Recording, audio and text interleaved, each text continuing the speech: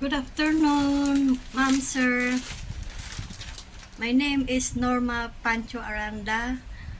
I'm 51 years old.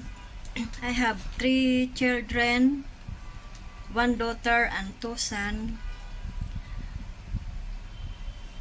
My skill is take care the newborn and cooking.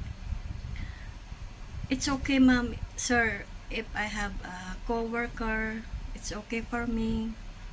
And then I'm hardworking, trustworthy, very obedient.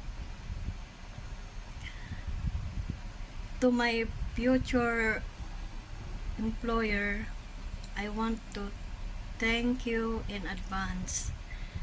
You can visit my profile in Helper's Library. Thank you, ma'am, sir. Bye-bye.